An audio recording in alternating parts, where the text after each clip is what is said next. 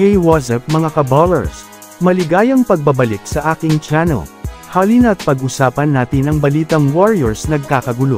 Dinaya daw ng Nuggets. At ang balitang si Giannis Antetokounmpo daw, ang solusyon sa problema ng Warriors. Tara na't pag-usapan natin yan dito sa Basketball Hotshots.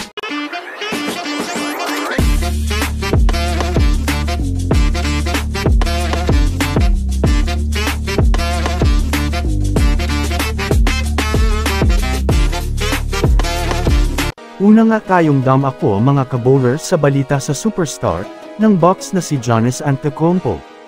Alam naman nga po natin mga kabowlers na medyo alanganin nga po sa ngayon ang Milwaukee Bucks dahil kahit man nga hindi contender ay natatalo sila. Maraming ang usapan-usapan mga kabowlers na hindi nga daw masyadong epektibo ngayon ang pagpunta ni Lillard sa Bucks. Well, marami nga po sa ngayon mga kabowlers ang nagsasabing hindi nga daw magagawa ng Bucks na makuha ngayon ang kampyonato. Kaya naman sa ngayon mga kabowlers may mga naglabas nga kung trade proposal para kay Giannis Antetokounmpo sa Warriors. Makukuha nga po ng Milwaukee Bucks itong sina Andrew Wiggins, Jonathan Kuminga, Moses Moody, Trayce Jackson-Davis, Gary Payton II, 2027 first round pick, GSW, 2024 na first round pick swap. Habang sa kupunan naman ng Golden State Warriors ay makukuha nila itong si Giannis Antetokounmpo na alam nating isa ito mga kabowlers sa mga superstar na palaging nai-issue dito.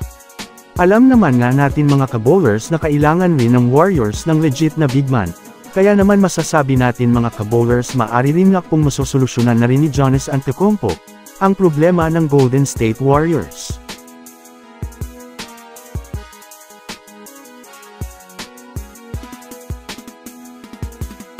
Ako naman tayo mga kabowlers sa naging laro ng Golden State Warriors at ng Denver Nuggets. Sa kasalukuyan nga mga kabowlers ay marami nga pong nanghihinayang sa naging laro ng Warriors kontra sa Nuggets. Ayun nga sa mga fans mga kabowlers, dinaya nga daw ang Warriors kanina dahil napakaraming foul at violations nga po ang hindi natawag sa Nuggets.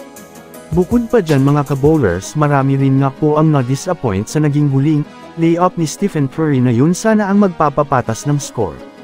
Sa nangyaring laro nga mga kabowlers, matapos silang matalo ay bumagsak na nga po sila ngayon sa top 4 sa West. Kung susumadahin nga natin hindi nga po gaanong maganda ito para sa kupunan nila. Kaya naman kailangan nga po nilang maipanalo ang kanilang mga susunod na laro upang makabawi sila at makaakyat muli sa Western Conference. Marami rin mga fans ngayon mga kabowlers ang nadidismaya sa ipinapakita ng kanilang starting 5, dahil halos laging second unit nga mga kabowlers, ang halos gumagawa sa laro. So that's it for today's video mga kabowlers. Yan lang ang ating pag-uusapan sa ngayon, pindutin na ang subscribe, and hit nyo na rin ang notification bell, para sa mga susunod na updates sa mundo ng basketball. Again, this is Basketball Hotshots, thanks for watching.